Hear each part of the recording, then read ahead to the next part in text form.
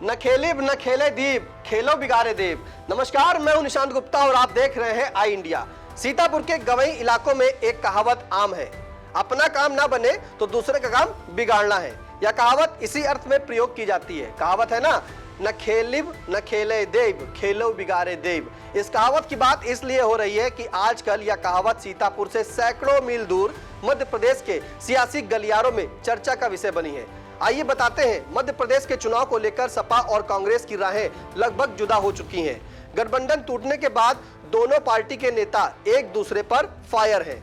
और तो और अब तो खुद अखिलेश यादव ने भी कांग्रेस को खरी खरी सुना दी है। सपा प्रमुख ने खुलकर कांग्रेस नेता कमलनाथ और दिग्विजय सिंह पर सपा नेताओं को भ्रमित करने और धोखा देने जैसा आरोप लगाया है। गठबंधन टूटने के बाद मध्य प्रदेश में समाजवादी पार्टी अपने समीकरण के हिसाब से प्रत्याशी उतार रही है। मध्य प्रदेश की 243 सीटों में से 29 पर सपा अपने प्रत्याशी घोषित भी कर चुकी है, जबकि 50 सीटों पर चुनाव लड़ने की तैयारी होने की चर्चा है। इनमें से ज्यादातर सीटें वह हैं जहां पर भाजपा और कांग्रेस में कांटे का मुकाबला होने की उम्मीद है। ऐसे में अगर सपा के उम्मीदवार तनिक भी अच्छा प्रदर्शन करने में कामयाब रहते हैं तो उसका नुकसान कांग्रेस को ही उठाना पड़ेगा। सपा और कांग्रेस का गठबंधन टूटने के बाद सियासी हलकों में इस बात की चर्चा तेज है कि अखिलेश यादव मध्य प्रदेश में इसी कहावत को चरितार्थ करने में लगे हुए हैं। राजनीति के जानकार मान रहे हैं कि जिस तरह से कड़े मुकाबले में फंसी सीटों पर सपा अपना प्रत्याशी उतार रही है, उससे कांग्रेस को कम से कम 1 दर्जन सीटों का घाटा हो सकता है। सपा की यह रणनीति एक और वजह से भी कांग्रेस की परेशानी बढ़ा रही है और यह वजह एक मीडिया हाउस का सर्वे है। दरअसल इस सर्वे में दावा किया गया है कि मध्य प्रदेश में भाजपा और कांग्रेस के बीच का मुकाबला बेहद करीबी रहने वाला है। यहां पर कांग्रेस को और भाजपा को समान रूप से 45-45% वोट मिलने का अनुमान है, जबकि अन्य के खाते में 10% वोट जा सकते हैं।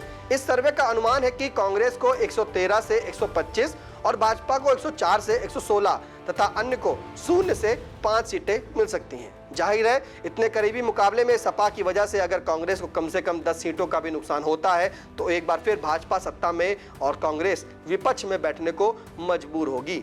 बता दें, 2018 के चुनाव में सपा ने अकेले बिजावर सीट जीती थी, जबकि 5 सीटों पर दूसरे स्थान पर रही थी। इस बार के चुनाव में इंडिया गठबंधन होने के बाद सपा ने मध्य प्रदेश की 9 सीटों पर चुनाव लड़ने की मंशा जताई थी, लेकिन बात नहीं बन सकी, जिसके बाद सपा लगभग 50 सीटों पर अपने प्रत्याशी उतारने जा रही है। आपके लिए जानकारी जुटाई थी आई इंडिया के सहयोगी वीरेंद्र मिश्रा ने और कैमरे के पीछे सिद्धांत पांडे। शिक्षा के क्षेत्र में जनपद का अग्रणी संस्थान विद्यानिकेतन फार्मेसी एवं विद्यानिकेतन डिग्री कॉलेज, कुतुबनगर, सीतापुर। सत्र 2023-24 के लिए डी फार्मा एवं बीए में प्रवेश के लिए शीघ्र संपर्क करें।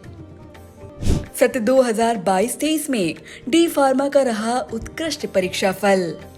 सभी 90% छात्र छात्राएं प्रथम श्रेणी में हुए उत्तीर्ण।